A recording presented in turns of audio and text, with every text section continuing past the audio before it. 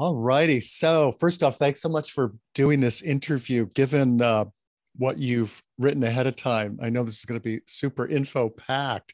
So, how about if we just start off with the general one question? What does somebody in the policy analyst field do? Well, I think there's sort of two kind of analyst tracks, and there's a lot of overlap between the two. But so you sort of have, I'm going to maybe exaggerate the distinction between a policy analyst and a data analyst. And I say that because I think a lot of times, as I've sort of looked for jobs, there's a lot of analyst positions there that are very data analyst focused rather than policy. And so I guess the distinction I would make is um, your your data analyst, I think, is a lot more about precision, tying out numbers, managing data, um, and a policy analyst tends to be a little more about sort of direction and options. It's a little more of a soft analysis. I think you pull in a little more of the qualitative components rather than quantitative. Um, I think both are really important, but sometimes, and I know actually in my own career, I've sometimes not applied or taken or uh, reneged application because for an analyst position because I'm like, oh gosh, it sounds just too technical, and then have had someone come back and say, no, no, no, please apply. It's not nearly as bad as you think. Like it's going to need some technical skills, but don't get overwhelmed by do you understand like this software package and all that, because you can learn those skills. um I'm trying to think if there's anything else to say about what an analyst is. I guess the other big thing, and I would say this applies to both of them, is the way I think of an analyst is you're an advisor for decision makers or for an audience. Um, and to realize that you aren't necessarily the decision maker. Um, and I think that's important because I think a lot of people who gravitate towards this kind of work, what motivates them is like, I want to figure out the truth. I want to figure out how something works. And then you think you've got that, and you're like, okay, well now I just need to explain it to people, and then everything will go great. Um, and that'll lead to a lot of frustration. I can speak from personal experience. Um, Instead, I think oftentimes it's like understanding a area of information or a set of data or whatnot, and then understanding the questions that your audience or the decision maker has and what they prioritize, what their goals are, and then how do you get that information to help inform where they want to be going. That being said, I've always done recommendations, but yeah. So yeah, I'll just stop there. Yeah, no, that's a great beginning. What would be an example or two of a project you've been a policy analyst on? If you can kind of walk us through that, and maybe even if you're able to sort of toggle between what a policy analyst role would be and if somebody was more strictly data analyst, if you're able to Okay, do yeah, that. let me think about that for a second. I think I probably have to think. Um, okay, sure. So one of the projects I had when I was with the state of Wisconsin's Department of Health Services was the governor and the secretary's office were interested in how we could modify our Medicaid program that served individuals with severe disabilities. Um, and there were a number of things there. Well, can we change how we contract on this? Should we contract with bigger contract regions? Should we figure out how to fold in another program that's funded slightly differently and serves people in a slightly different manner? Should we bring in other Medicaid eligible populations that wouldn't be eligible for this program? And that's all a lot of policy, because it's basically saying, okay, well, if we were to contract in this different way, what do we think the impacts would be? And so a lot of the work I did with that is I talked to the my colleagues who worked in those regions and reached out to whomever sort of understood what was happening locally, and to say, well, what counties in Wisconsin would it make sense to have work together? Are there already existing relationships that we can build on? And then to work that into my analysis. So if I'm recommending new contracting regions, I'm not splitting up existing relationships or bringing together local departments that may have a little bit of a tense history with each other. And then also to look at, what are the existing contract regions, what are the contracting regions and other programs? How will this impact the individuals who are being served by this program? How would it impact how they're served by this program? How would they access services? How would they understand what their benefits covered and whatnot? And again, it's talking to people, my colleagues, who understand those services and how they could be impacted by different policy choices. On the other side, a more data analytic piece would be, so one of the jobs I had was developing the funding methodology for these Medicaid programs. I'm sorry, I just blanked out for a second. Oh, yes. And so one of the things that the Secretary's office wanted to know was how much of our current funding is going to support behavioral and mental health needs, as opposed to physical disabilities and whatnot. And so what I did is I had to look at the historic data and figure out, how am I going to categorize this? Because there's some components that you're like, well, is that mental and behavioral, or is that not? Because it's basically it was spending on services, and some of those services, it's not clear if that's supporting a mental health need or a physical need.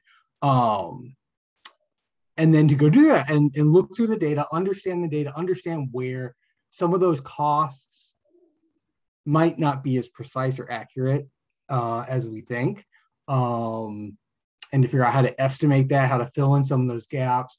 Possibly if we're looking at something over time, the categories of how the data is categorized have changed. So how do you get something that was categorized one way 5 years ago to be comparable to spending last year? And that's a lot more of a data analyst skill, is to understand that data and how to make it comparable. Interesting. So even like the data analyst side, it isn't just being like a statistical whiz. It's still that, surprise, surprise, analytical ability. Yeah. Kind of like higher order thinking. And also to back up to what you were saying about the sort of policy analyst hat, it really sounds like having good investigative, like sleuthing skills, is a real part of it. Is that typically for policy analyst positions, or? I would say that's for both. Okay. I think a real strength is to always be questioning, and it's both, as you're working through an analysis, taking a step back and saying, okay, what are my assumptions? Or do they still hold now that I have more information? What might I be missing from this analysis? If I am missing that, how will that impact this analysis? And that's where you can get into, population or sample bias, right? So maybe you're looking at some polling data, and it just polled, people in Milwaukee. And then you have to ask yourself, well, how applicable is that information to rural Wisconsin? Since we're in Maine, I should say. Maybe it surveyed people in Portland, and you have to ask yourself, like, how much are those responses applicable to individuals living in Aroostook County? Why would it be applicable? Why wouldn't it be applicable? And then try to, make those estimates. But yeah, I think it's all investigation and like asking yourself questions. And actually, over time, as I think you get to be more comfortable as an analyst, you enjoy having your audience ask you questions, because then you realize, oh, that's something I didn't get. And as your confidence builds, I think you realize that's not a bad thing. The bad thing is to be like, I don't want to hear it. It's to say, oh, great, you have this other perspective. How am I going to pull this into my analysis? Does it really change it? Does it not really change it? Yeah, so you're mentioning about being receptive to your audience's challenges, queries, etc. And then when you're talking about in this project how much interviewing you did, it certainly sounds like very much having strong people skills really makes a difference. Would you I think say? it's helpful. I mean, I would say that the skills that are probably the most important are sort of mathematic if you're doing data. I think regardless, it helps to be sort of comfortable with quantitative methods. I mean, you don't have to know calculus.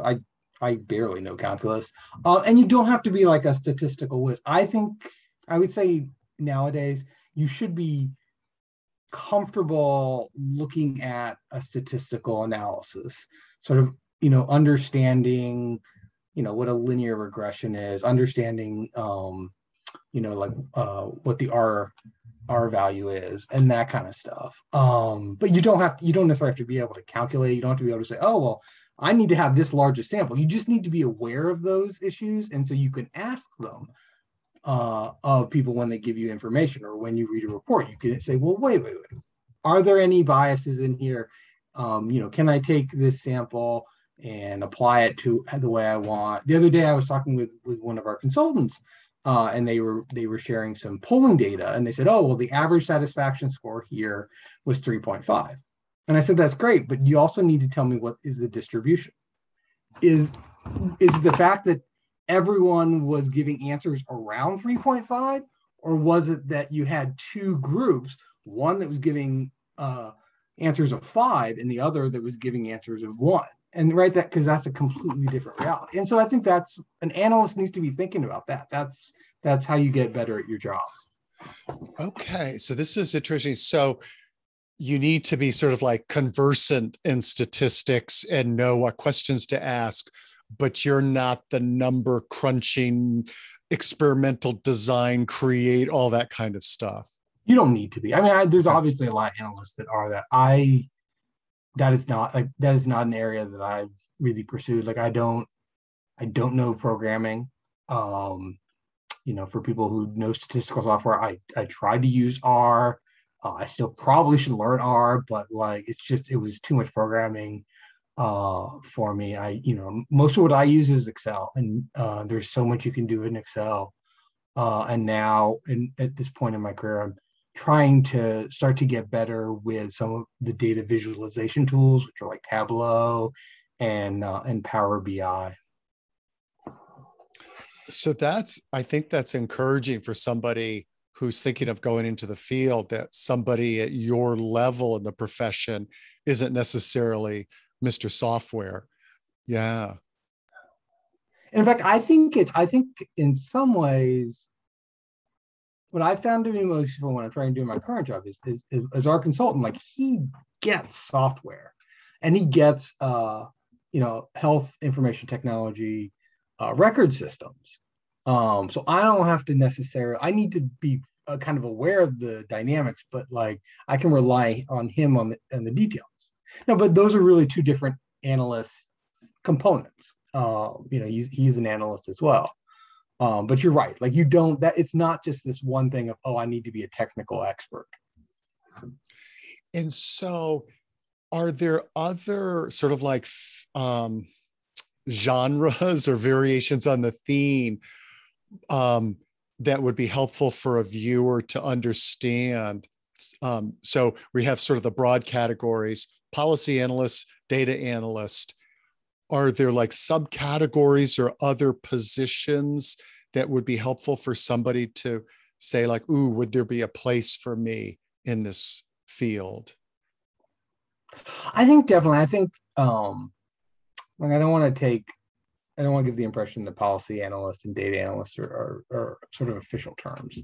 They're more kind of terms that I'm using to try to kind of illustrate the breadth of what an analyst could be doing. But I mean, people who have an actuarial background, right, with the strong statistics, I think, they are analysts. I am not an actuary, but what I used to do in Wisconsin is I had consultants who were actuaries, and they would do that really heavy statistical analysis. And my job was to be able to look at that and understand it well enough to be able to convey that to my division administrator or the secretary and be able to say, this is what this is saying. This is saying this is where the trends are going, or this is saying this is where a lot of our spending is, or we see sort of an inefficiency here, or this is what we expect to happen. I'm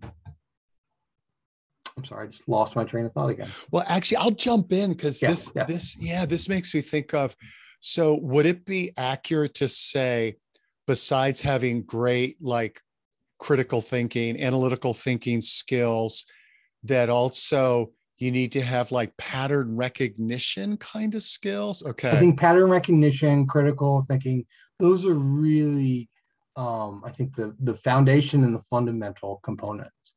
And I think beginning to develop your communication skills, and I don't mean like learning how to be a good public speaker, but I think beginning to develop the skills of recognizing your audience, because your audience is going to be different, and how to convey that information to them.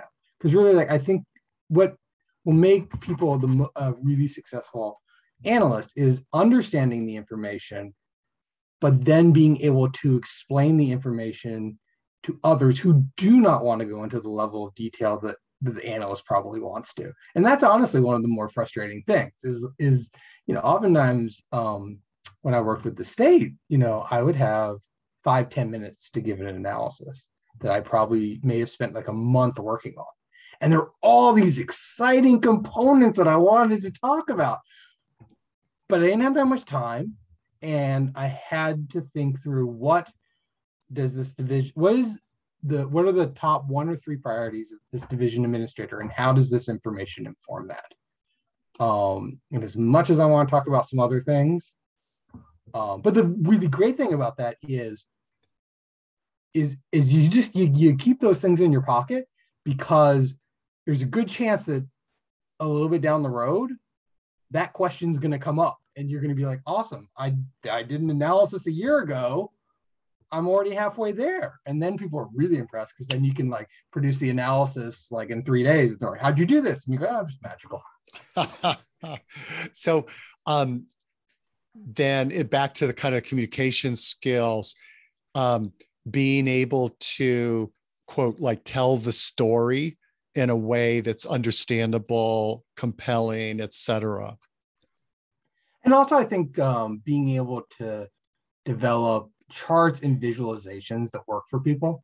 And these are a lot of skills that I think you develop during your career. I would say that like I was not the greatest at that. I remember within like my first month or so giving a briefing to a division administrator, and I created this chart that I thought was awesome. It was like it's like a little line chart that showed something was going up, and it had like color underneath, and then I put a pie chart like right kind of on it to help explain like what the components were. And I gave it to him. I was all excited, and he looked at it and he said, Michael, I have no idea what this chart is, but what it does is it reminds me of my last vacation to the Rockies, watching the sun come above the mountains.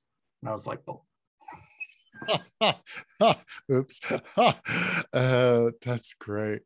Are you able to come up with like one of your bigger challenges, like a project you were requested to contribute, and like something that like you especially feel proud of?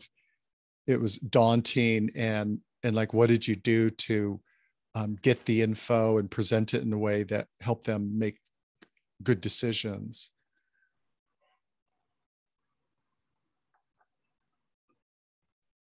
feel like I've had a lot of daunting projects. Um, Trying to think through one that would help kind of get.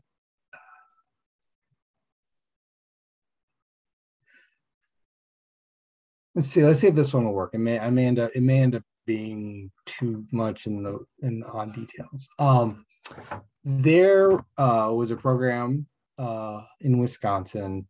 So part of the thing you need to be aware of is Medicaid eligibility under disability is tied to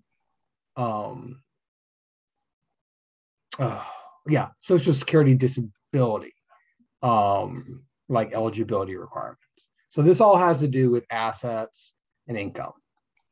But what ended up happening is because Medicaid was tied to those, you would end up having this point where there were individuals, it was a disincentive for those individuals to find work, because if they worked more than a certain amount, then they essentially were getting paid nothing because it was adversely impacting their eligibility criteria.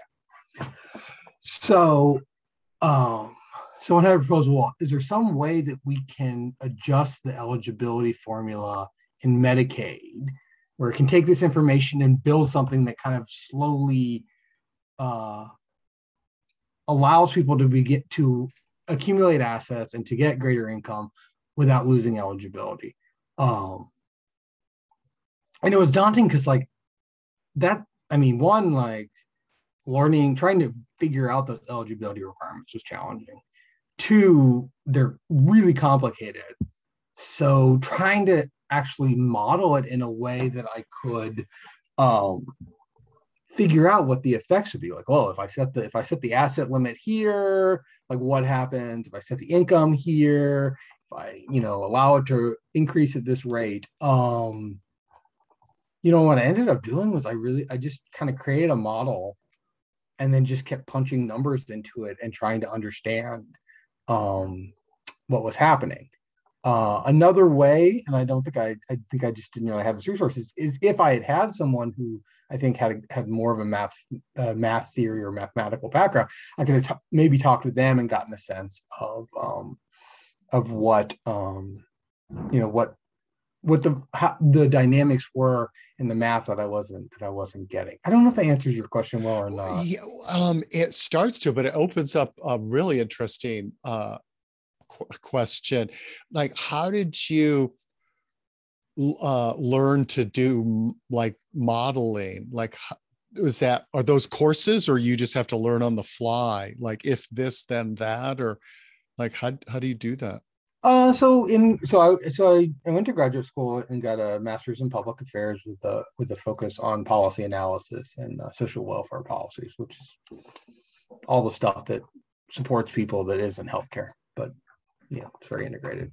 And so I had courses in policy analysis, cost benefit analysis. There are ones on estimating budgets. And that kind of stuff. So some education, and then some of it is just getting to a point where you're comfortable enough with Excel and playing with formulas and whatnot, or especially if I think especially on more the quantitative side, if you like algebra, like a lot of times I would, and I know this is very nerdy. I would sit down and create algebraic problems like on a piece of paper to try to figure out how to solve the problem. So I think if you sort of cultivate that approach, or if you have it naturally, I think you will end up kind of creating models, because it's just how you think. You think, okay, well, I have a formula. I have these components that are going to vary. I have this constant. Like, now I need to think about the relationships between all those things. How can I put that into a formula? So I guess I would say, there are certainly courses about algebra and creating formulas. There's certainly courses about programming with statistical software. There's certainly courses on, statistics. And, I think, you don't really need to go much farther than, linear regressions. I mean, maybe a little more. My father's an engineer, and like he and I, like when we would talk about like statistics and that kind of stuff, we'd be talking two different languages, right? Because he's an engineer, so he's like, oh, we need to have this precision here and all this, and I'd be like, dude, no, man, I'm in policy. I'm just trying to understand what direction. I'm trying to get in the range. Are we actually meeting people's needs, or are we like missing completely? Which is maybe another sort of difference between your data analysts and your policy analysts. I think data analysts, are going to be dealing a lot more with budgeting and finance and that sort of stuff. So there needs to be a greater level of precision. People who gravitate towards accounting and that kind of stuff, who like tying out numbers. I do not like tying out numbers. I can do it, and I will do it, and have to do it. But it's not my favorite part of my job. I think the data analyst is great. The people who think in a logical and structured way, but don't so much enjoy the getting everything precisely tied out, I think gravitate more towards what I'm calling kind of policy analyst. And I think the other point that we're kind of getting at that I think is important is, maybe I already said this, but is that I think as you move in your career in being an analyst, is you need to develop those skills of how to explain analysis, how to boil everything down to one page. And I guess you're asking about models as well. Oh yeah. So one of the things I would say about models is, one thing I do, and this again is kind of nerdy, is I use Excel like all the time in my life. And I think one of the questions you had was like, what is a way to get some sort of real life experience on this? I would say doing analysis of decisions you have, or choices you have. So I'll give you an example. When I was thinking about what graduate school to go to, I created this spreadsheet that listed all the choices I had, and then developed, here are some of the things that are important to me. Like, what's the reputation of the school? Where is it? Is it someplace I want to live for 2 years? Will it impact my partner's career? So, if we were going to move someplace fairly rural, that was going to be harder on her career than if it was someplace urban. And then, do they have good courses in the areas that I'm most interested in? And then I sort of rated them on that. And obviously cost was a big one. And I would rate them on that, and then I would weight each of those categories. Like, cost is pretty important. Livability, maybe I'm like, I can handle living anywhere for 2 years, so maybe livability is less important. And then I just kind of created a little formula to pop out an overall score on each of them, and then said, okay, well, what does this tell me? And I can tell you my first choice was not the one that had the highest score, but that's fine. What it did do is it allowed me to see, oh, this is the reason maybe that has a lower score. Then I'll go back, and because I think analysis is very much an iterative process. It's not like linear. And I think a lot of people get frustrated because they want it to be linear, and it does not work that way. But through doing that, I became clear on what are the things I prioritize, and it just sort of helped me think through what are the components of how I make a decision, and then how that can translate into the job. Is then you can develop options. You know what your audience is looking for. What are their top 3 priorities? And then you can say, okay, well, if you do this, it's really good on priority 1, but it's not so good on priority 3. And you can present that to them. And oftentimes you can give a recommendation saying, well, this is what I think. This is my understanding of your biggest priority. So I would go in this direction. Here are the costs. But then allow them, the audience, to take that information and say, okay, well, no, actually, no. These costs are less important to me. These benefits are more. Or what happens even more often is, oh, this is very good. Can you answer this question and come back to me with a little more information on this? And so that makes me think of, either you said it in the interview or before we started, about not needing to be right or convinced that you're an advisor. not a convincer kind of. Yeah. Yeah. And I'm curious as I look at the question about your journey and your liberal arts background. Um, Maybe we can sort of combine your journey with what about somebody who, let's say, has a philosophy degree, or somebody who majored in math, obviously math with data analytics, but let's say they don't have a graduate degree. um, like what would you recommend to them? And you can either answer that right now, or you can tell your story and sort of weave what you Mm-hmm. experienced into that, whatever works for you. So I guess I would say if someone has a more sort of quantitative like math, even if it's not a grad degree, I think you can go into data analysis. You can look for those jobs where people where they want sort of someone who can calculate. You may want to foster a little more of the software skills. So you may want to, if you haven't already, get familiar with the statistical software package like SAS or Stata, or a data visualization like Tableau or Power BI. And I don't know. I mean, it's been a while since I've been in school, so these may be already integrated into undergraduate programs. I don't know. If you really like programming and you like statistics, the platform R, just R, is what's I think shareware, right? So it's free. Like it is actually, I think, oftentimes seen as the most powerful statistical platform. It just requires a lot of programming, and you need to be able to think like that, which was the challenge for me.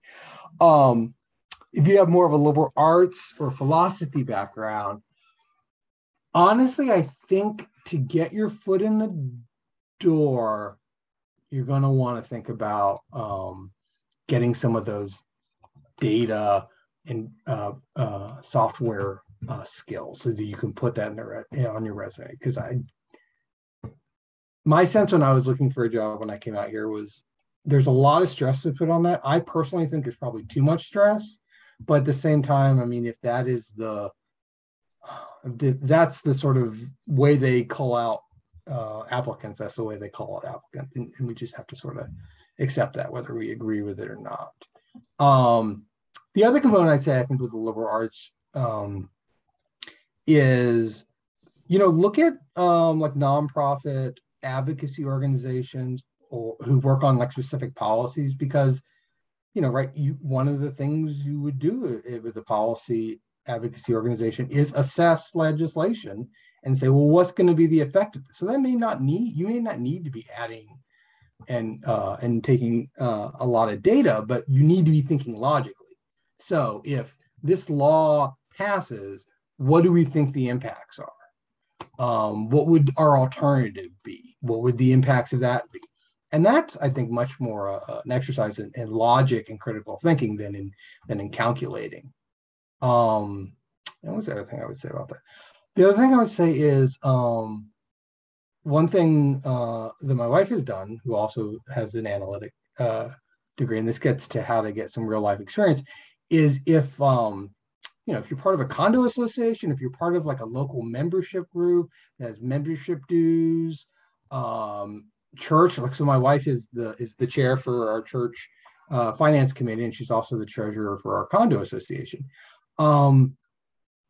Volunteer for that and like start doing that and get some experience kind of working with those numbers and doing some analysis, because right, like a lot of times those skills are kind of scarce, and everyone's running away from.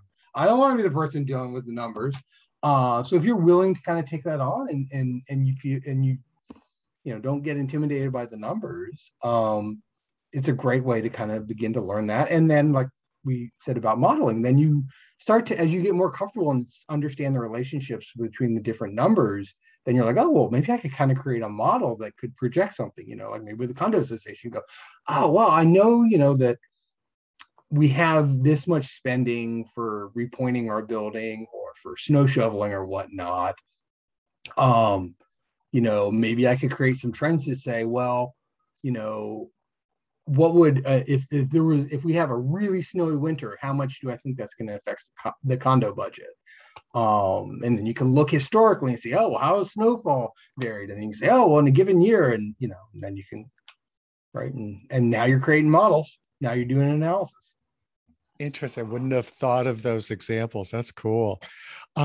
Is there anything that you want to say about your journey to where you are now that you think somebody who's, let's say, fresh out of college, or let's say 4 or 5 years out, and like, okay, I really want to do something, a professional job. So anything you want to say about early on in your career and how it brought you to this place? Well, I guess part of it would be to be more focused, I think, on accumulating the comfort and skills around analysis, and maybe less concerned about, is this an issue area that motivates me? Because I think you can move into the area, right? So my focus in my graduate degree and my focus in the work I did before I went back to graduate school was very much based on income inequality, income support, and that kind of stuff. But when I got out of graduate school, there were fewer opportunities in that area. And the opportunities in the area were less exciting than the opportunities in healthcare and in working in Medicaid and that kind of, and that. So even though I think I had maybe done 2 papers on health policy, as opposed to like 6 or 7 papers on social welfare policy, I said, well, no, I'm going to go do this. And I started in a budget office. And budget is not necessarily what, got me up in the morning. I was, much more interested in how do we best serve people, how do we philosophically create great government structure, blah, blah, blah, blah, blah.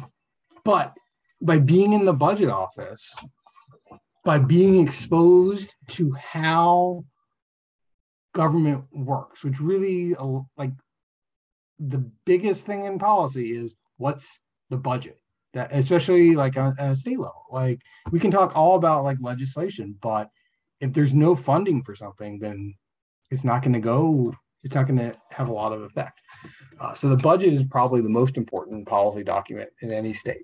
So by working on that for the Department of Health and Human Services, I got this great exposure to how is policy made, like what actually can change policy. 2, I've worked with a boss who like had a great mathematic mind, and I could learn from him and understand, like, when we talk about modeling, I could see what he was doing and start to mirror it. I could show him my analysis, and he might say, oh, you want to think about this. And then that sort of, allowed me to then begin to say, well, these are the issues that I want to work on more. And I have the skills to go. You can learn substance, you can learn an issue area. And in a lot of issue areas, things are changing so quickly. Just because you have 20 years in it it matters, but it doesn't matter as much as you would think. It isn't like a 1-to-1. It isn't like someone who has 20 years has 4 times the knowledge that someone has 5 years. And you can pick that stuff up, but it's really the skills to be able to critically think, to develop options, to ask the right questions, to understand the information that is important and that actually impacts things versus information that's just there. And that's a challenge. That's a real challenge. That's what will, I think, make you successful. Like, so right now, like I support what are called federally qualified health centers, and they're a special type of setting that focuses on communities. I have no background in that setting, and that setting is very different than the long-term care settings that I worked in for 10 years. However, I talk with people who work at the FQHC, who run the FQHC, and understand, okay, well, this is how this is different than long-term care settings. here are the dynamics, and then I'm able to take the skills that I have developed over my career to understand, okay, well, that's what this limitation means, that's the impact of that. And then you just, you build it up and you get comfortable asking questions. I've gotten to a point where like I'm not worried about seeming dumb. And I think part of that comes because if, as you develop your analytic skills, you ask smart questions. And people will be like, oh yeah, well, like, you don't know that. Like, maybe I thought you should know that, but you're asking the question in a way, and then you're responding when they give you the answer, your follow-up question, where you're like, oh, well, does that mean this?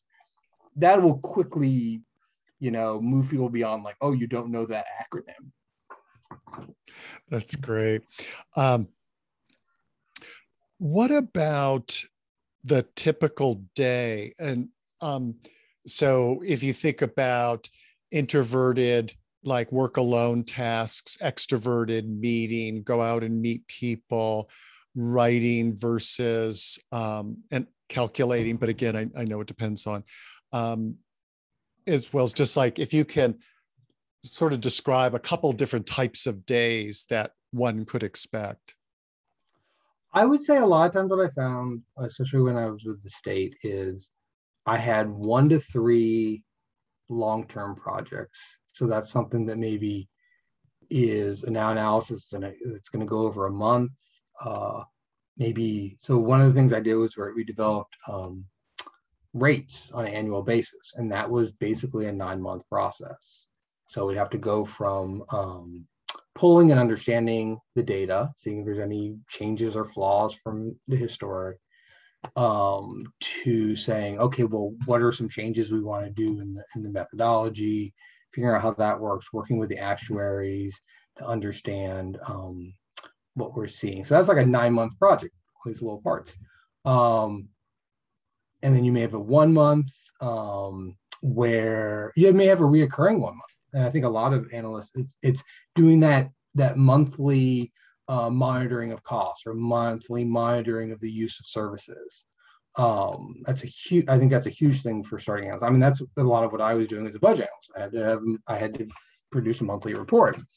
And so you have a few of those ongoing, and then you have maybe some shorter term projects where the leadership of your organization like has an idea or there's an opportunity and they're like, well, we want to kind of understand what are the dynamics here. And they'll come to you and say, okay, how much does this cost? How do we do this? Maybe it's with the statutes. What do the statutes allow? Can we do this with the statutes? Do we need statute changes? That's all analytic work, is to read through that stuff, understand what it means, and think through the options and what those would mean.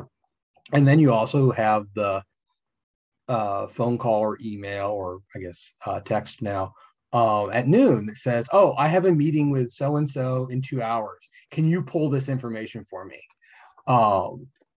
And it almost always is that you don't have that information at your hands, or it's in some form that you're like, oh, yeah, no, I can't really pass this on. And you got 2 hours to figure out how to make it passable. And that can be a little unnerving. And actually, and so how much would you say is like intense / unreasonable deadline driven, and how much is more like you can plod along, work at your own pace? I think it probably depends on the position. Okay. I would think that an entry level, you're probably getting more of the plotting, because you really need, right? You need to begin to get the understanding of the information that you're working in. And then very quickly. So yeah, so like I was a budget analyst, and I say maybe the first 3 months, there was a lot of plotting. And then we went into, the budget request period. And like, then it was someone sends me an email and says, how much does this cost? And I go, I have no idea. And then I have to figure out, well, where is that information? But it really depends on the job. So yeah, when I worked in the budget office, because we sort of, revising the secretary, you get a lot more of that, and you really couldn't ignore it, obviously. Or you get the governor's office being like, oh, what's this? When I moved down to the program. So I started in the budget office of the department, then I moved and did policy and budget and rate analysis with the division of long-term care. So the one that I was working on their budget requests, now I'm working on them helping sort of monitor and sustain their programs. And I think it was much less because there you had more kind of like, this is what we need to do the rate. That's a 9-month process. Oh, okay, we know that we have to do the Medicaid budget updates. Okay, well, that's a monthly basis. And so that was a little more kind of regular. And I think it depends on the job. I would imagine if you're doing sort of more of a financial and budget thing, it's going to oftentimes be more plodding. If you get into the policy areas, you're going to have more of the sudden requests, and right, because that's, I think, going to be driven by how regular or how stable the product you're working with is. What do I mean by that? So like budgets, they don't change that quickly, right? Like, oh, here's the money that's coming in, here's the money that's going out, and then something big happens. Okay, I got to figure it out. But then you have a new. Whereas with legislation and policy, you suddenly have, and oftentimes it is sudden, a piece of legislation introduced, and people are like, oh, what does that mean? And then you got to figure it out. Or, the secretary or, your CEO or the head of your division gets a call from someone and they say, we want to do this. We want to pursue this opportunity. And so then, that your supervisor needs to know, like, is this a good opportunity or not? And they may have 1 week to decide. They may have like a day. And so it just really kind of depends on the environment there. Yeah. So let's, if we could like dive into that for a second. So you get the call, the email, the text, like, we want to know if this is a good opportunity, and you whip into action. Like, what does that look like? So what do you do? Usually my first thing is to curse, and say, good Lord, this is so much harder than you think it is. And then let that, kind of move through. And then sort of sit down and think, okay, what is the question, or what is the problem that they're trying to solve? And oftentimes they will not have been clear of that, and you can send them follow-up questions, but you really don't have time to always wait for their answers. So you kind of have to start to make some guesses. So figure out, okay, well, this is what I think the problem is. What are the components of the problem? Like, is it about money? Is it about, uptake and customer interest? Is it, figure out what are the major things that would drive a decision here. And then think, well, how do I begin to access the information behind that? Can I just research it? Do I have a database where I can pull some data? Are there some existing websites that maybe have information, especially with like policy, right? There's a lot of different think tanks and policy groups that have already done reports, and you just, oftentimes there's like, I had about 7 that I really like knew, like, oh, their analysis is strong. I can go there, see what they said. I feel pretty good about it. And then so you sort of kind of put that together. Okay, so I got a problem. I got my criteria to try to figure out how to solve this problem. I'm going to fill in my information, and then start to figure out, okay, well, how am I going to compare these options? How am I going to evaluate this? And then you sort of kind of move forward, and inevitably there's some things that you can't answer. And this is probably the thing that was hardest for me. And I still sometimes struggle. It was by far the hardest thing for me in the beginning of my career was those questions you would get that you're like, I have no idea. They'd be like, oh, how much would this cost? And I'm like, I have no idea. And I'm like, and I have no idea who to ask. And that can be really challenging. And what I kind of learned was you do the best you can. You explain, here was my thinking. This is how I came to this estimate. I figured like X, Y, and Z. And you tell someone that, and then they say, no, I think your assumptions are bogus. And then you deal with that. Or they say, oh, okay, but did you think about this? Oh, I didn't know about that. Then you go back and you tweak it. And more often than not, people are just excited to have you thinking through the problem for them, chewing it up, digesting it a little bit, and then bringing it back to them in a more structured form.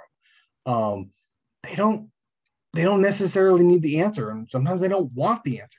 They just want it condensed into a way where they can think through it and don't have to spend an enormous amount of time trying to figure out all the complexities. Oh, I like that. So before we get to the who should not get into the field question, could you, and I don't know if this is doable, but I'm thinking about, like, if we were to have a camcorder on you throughout the day, like, oh, Michael's doing this, Michael's doing that kind of thing. Be very boring. So how much of the like, what percentage, and obviously it doesn't have to be like exact, but what kind of percentage of your time are you like reading through reports? What percentage of your time are you crunching data? What percentage of your time are you in meetings or doing outreach or whatever else? Just so somebody to get a sense of. I would say the outreach is pretty low. Meetings, it really kind of depends. Ideally, it's not enormous. Ideally, like, and I think you tend to have this, you have regular meeting. You have regular set up meetings, maybe on a weekly, bi-weekly, or monthly basis, where you have to report things out, or that you're meeting with leadership and briefing them on something. And so, yeah, so you have that, and then you will have some smaller ad hoc meetings, like, to get information from someone if it doesn't exist in a database or in a place that you can just access it. But as far as like kind of the outreach and promotion, much less so. I think, I occasionally would have times that I have to do a presentation to a general audience, but I usually knew it's like it was an annual report that I did, and so now we show it to all the stakeholders. So most of it's gonna be sitting with yourself, researching and reading through something, taking notes, doing whatever you need to do to kind of structure and organize the information. And then I spend a lot of time in Excel, and not just because I enjoy it, although I do. But I think it's a lot of it, and what I usually try to foster in my work, and it just depends on the different work environments. But I think it's really good if you have a small team of analysts, so like 3, 5, maybe up to 7, who can have an ongoing conversation. So when I worked for the state and we were around each other physically, we could shout over the wall, like, oh, have you run the report on this? Do you have that data? Or do you have it in a draft form? Can you send it over to me? Because I think it might be applicable to this. And now, I think with Slack and that kind of stuff, or I would just be like, man, I've been looking at this thing for an hour and I've been slicing it and dicing it, and I can't figure this one component out. And I would go around my, cubicle wall, and I would say, oh, do you have a second, Jason? And he'd be like, yeah, sure. And I'd be like, all right, here's the situation. And I'd lay out the problem. I'd be like, what am I missing? What do you think? And he'd give me a different perspective on it sometimes, or he would tell me what I already kind of been doing, but now I knew, okay, I've kind of exhausted my options. And so I think that's a great component to have those sort of ad hoc interactions. And I'm curious, when you say like you're slicing and dicing it and you're still not sure, like what does that actually mean? Like, what would be a tangible example of that? Because that sounds like something to be helpful for a viewer too. So let's say I have costs, and I have use of services. So I have like units of service, and I have overall costs. And maybe I'm trying to figure out like a cost per use, or maybe I'm trying to figure out how cost per unit differs between populations. I'm running it, and I'm getting maybe one group where the numbers were just, they're unrealistic. Everyone else is maybe at $50 a unit, and this one group is at 210. And I'm like, man, why is that? And I go back, I check my calculations. Oh, calculations look good. So I might go over to Jason and say, okay, I got this one population. You know, maybe it's a population up in Aroostook County, and they're like 5 times the rest of the state. Do you have any idea why that might be? And you might say, oh yeah, here's the deal. They rely more on that service more, or there's only one service provider, and they are just milking the system. But there's nothing they can do about it. So they pay $200 a unit. And then I go, okay, cool, honest. Okay, now I get what's going on. Oh, cool. That's helpful. So who should not get into this field? I think people who really don't like details, because that's the devil, or the devil's in the details. People who aren't curious and don't like to kind of ask why, because that's how you get good at it. Is people who don't want to learn more. I mean, like, I think when I started out with the state in the budget office, their big selling point was like, it's like continuing to be in college. Is every day you're getting these questions and you're like, I wonder how you figured that out, and you got to do some research. If you don't like that, if college and writing papers and doing research was not like something that you enjoy, which is fine, you probably don't want to be an analyst, because that's what you're doing. I think over time, being too attached to certitude, I think a lot of us get it. I mean, me, I definitely could say it's true. Like, getting, because I want something certain, and I've had to learn over a few decades that, like, it gets kind of frustrating. I would say someone who wants to be in the spotlight, or wants to be the sort of loudest voice or the decision maker, I think you're going to run into challenges, because your job really isn't to make the decisions. It's to interpret and provide information in a way that others can make the best decisions for themselves. So, like, I don't really kind of like being in the spotlight. Like, I'm happy to, like, as I've gotten more comfortable with myself and comfortable with my skills, I'm happy to, like, present on things and, be very active in a meeting and help lead and facilitate a meeting. But my goal is always been to figure out ways to get my colleagues to also learn and to contribute, and that we can share that, because that's honest. This is what gets me excited about analysis, is you take people with different perspectives or different, like, knowledge, and you bring them together and you have a conversation about a problem and say, how can we approach this problem? We might solve it, we might not solve it, but how can we make things a little bit better? How can we make that problem a little less painful? And then you learn these things. I never thought about that. It's like this interview you and I are having. Like, I say something, I never thought about that. And that is so exciting. And you realize you're never gonna completely understand things. And you kind of, I think, get to a point where you make a peace with that. And then you start to say, that's really exciting. This is never going to end. I'm always going to have this excitement about, like, things are going to change a little bit. Oh, how do I adjust to that? Oh, there's this other whole thing that I'd never thought about. Well, how do I incorporate that into my thinking? And that's what makes this really fun.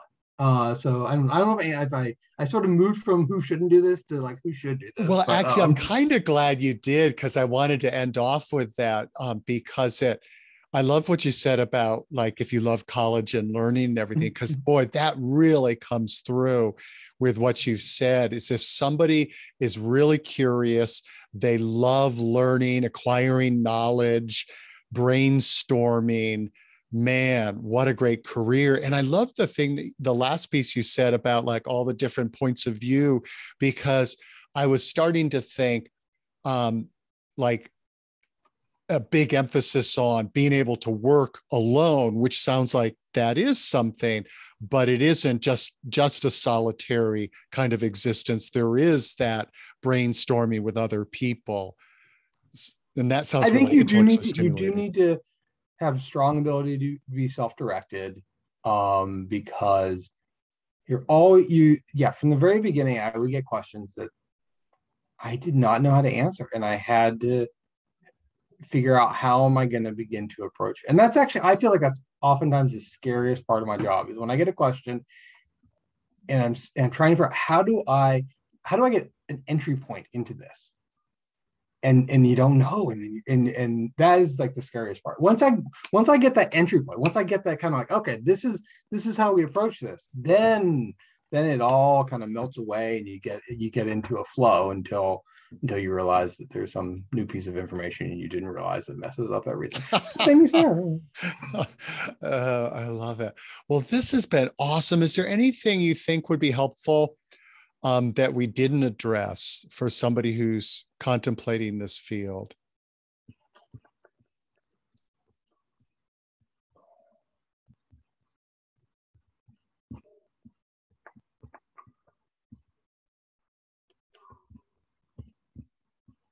I don't think so. I think I shared some links with you that I think people. It's definitely, I think they're helpful in kind of understanding it. I really will say that the two books that I mentioned, A Practical Guide for Policy Analysis, The Eightfold Path to More Effective Problem Solving, is pretty inexpensive, because you could probably find used copies of it for like $10. I think it's a really good insight into what an analyst does, because it talks about problems, criteria, evaluation, and it's probably good for your life too. But and then if someone's like, I really want to go into like actual public policy, David Weimer's book Policy Analysis Concepts and Practice, I think, is really the seminal text, or at least it was when I was in graduate school, and I suspect it's still pretty strong. That's going to be a little more expensive as a textbook, but you probably can find used copies of it. But that really gets into the like gnarly details of how do you do a cost benefit analysis? How do you like these are market failures and microeconomics and that kind of stuff.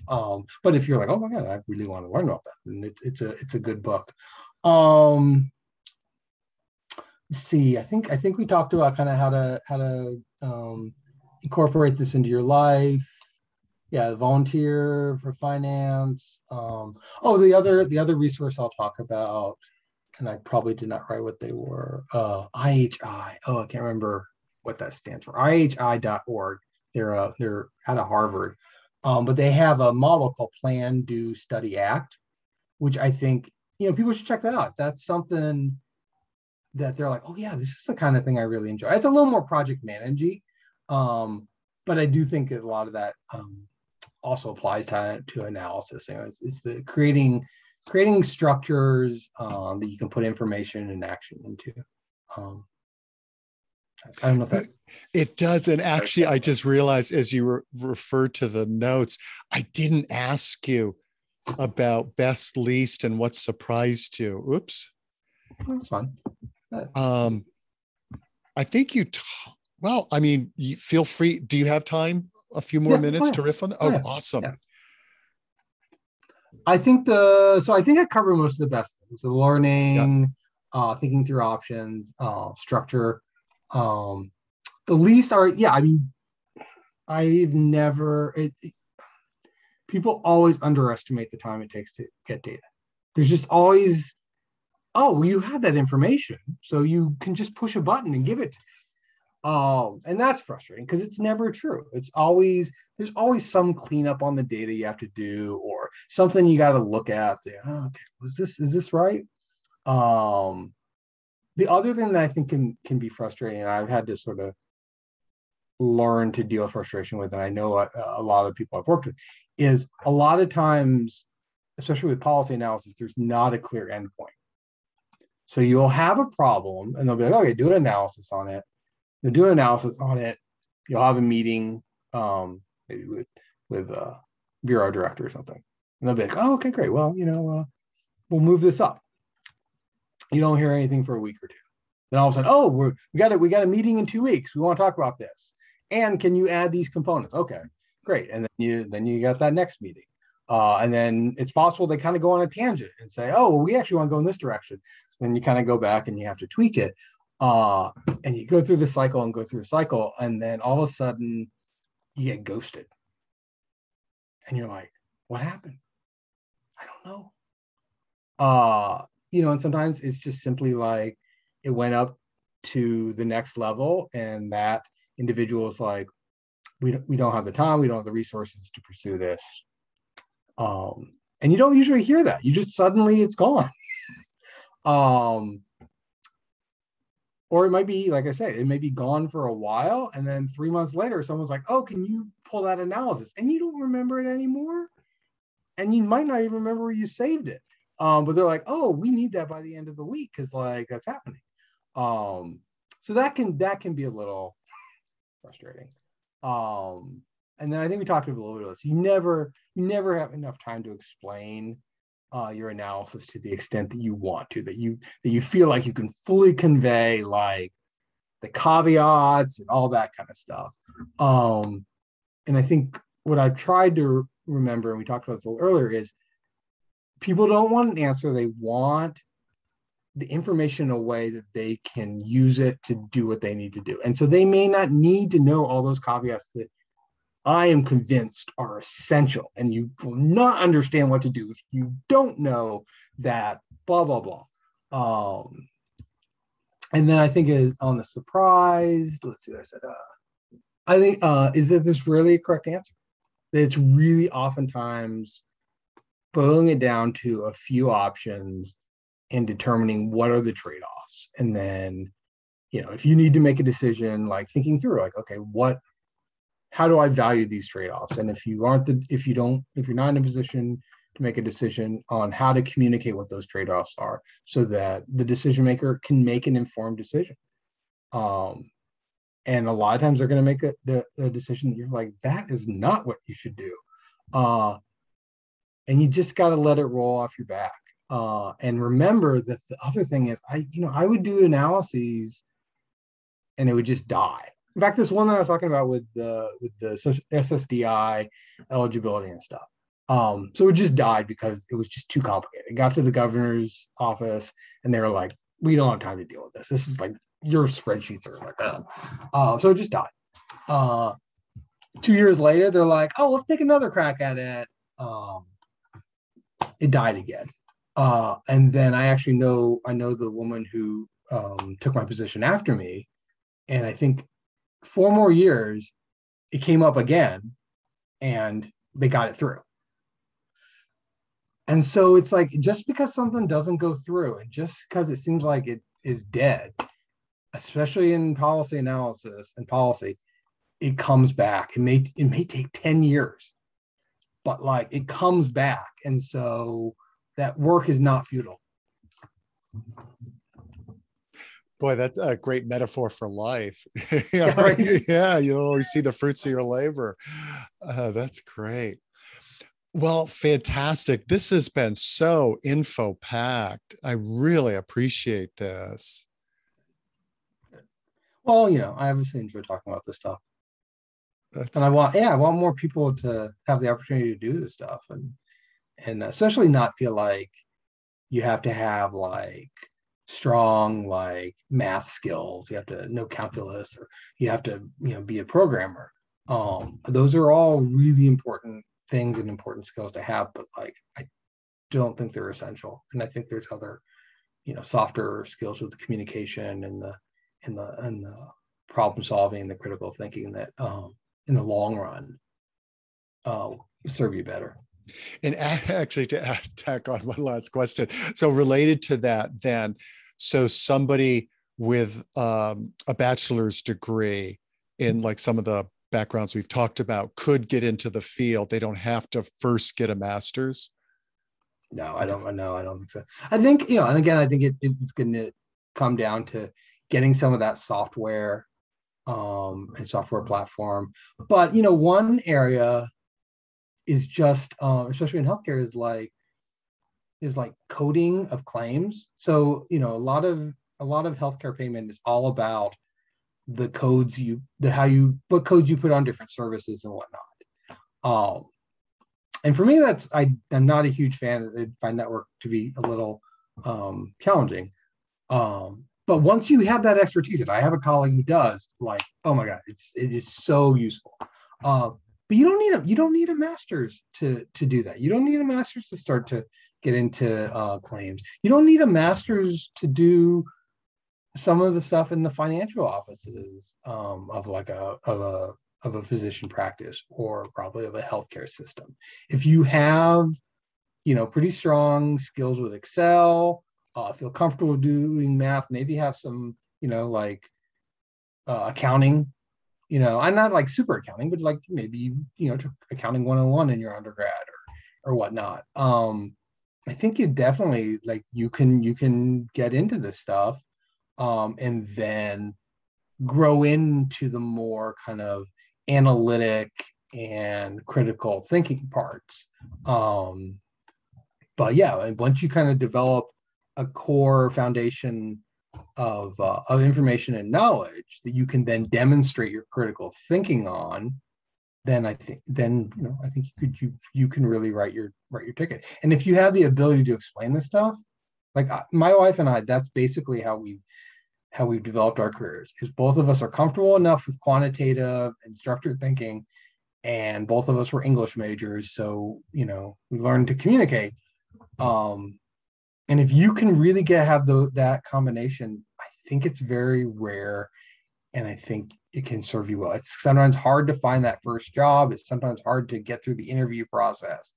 But once you're in there, you can just sort of rock and roll, because you can talk to so many different people in the organization and help bridge those conversations. And so your friend with the coding background, Yeah.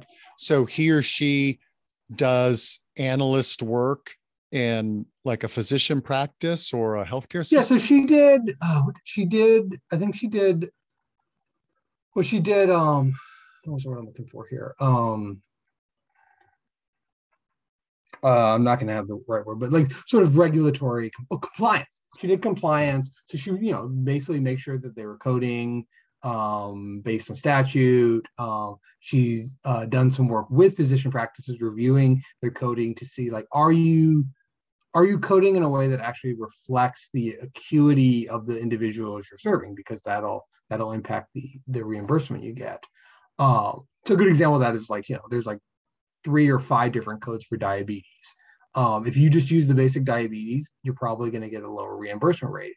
If the person has complications from diabetes and you capture that in the codes, then you're going to get a greater reimbursement, because obviously there's more complexities in meeting that person's health needs. Yeah, and so then a lot of what she also does is she helps lead technical assistance and training on like chronic disease and whatnot. So she can talk about the coding, but then she can also talk about care models. And I think, so there you sort of have the analytics. She's probably a little more with the education and stuff, but I don't know if she would call herself an analyst, but she's definitely doing analytic work. Wow. And so she works for the healthcare system, not the insurance company? She did. No, she did. And I'm not sure if she ever worked for insurance. She worked for a while for the main health system. She worked for a hospital down east for a while.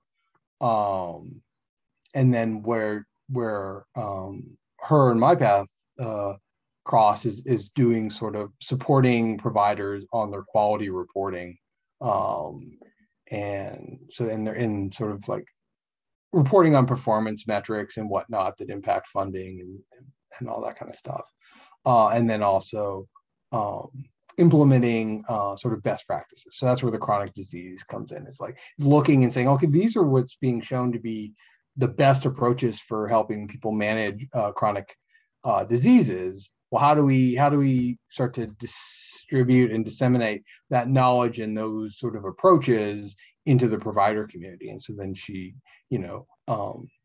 gives us sort of trainings, and people can call her up and be like, well, how would I do this? And she can tell them, but then she can also say, this is the way that you make sure you get paid for that. Awesome. So I love that little extra example of how those skills are deployed in a job in the real world. That was awesome. Mm-hmm.